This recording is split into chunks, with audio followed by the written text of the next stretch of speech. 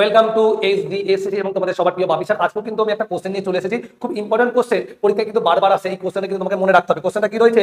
ভারতের সবচেয়ে বড় রাজ্য আয়তনের দিক থেকে উত্তরপ্রদেশ, মধ্যপ্রদেশ, মহারাষ্ট্র, রাজস্থান। আয়তনের দিক থেকে সবথেকে বড় রাজ্য হলো রাজস্থান, হবে কিন্তু রাইট অ্যান্সার। এবং রাজস্থান থেকে আমরা ইম্পর্টেন্ট কিছু কোশ্চেন পড়বো। এই কোশ্চেনগুলো কিন্তু পরীক্ষায় কিন্তু বারবার আসছে রাজ্য সরকার এবং কেন্দ্র সরকারের পরীক্ষায়।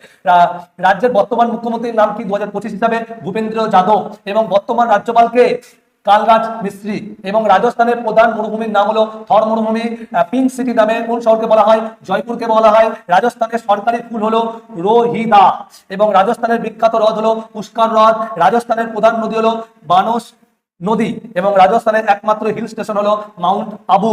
রাজস্থানের একমাত্র জৈন তীর্থস্থান হলো দিলওয়ারা মন্দির। রাজস্থানের কোন শহর নীল শহর নামে পরিচিত? যোধপুর। এবং উদয়পুর শহর কোন নামে খ্যাত? লেক সিটি নামে কিন্তু খ্যাত।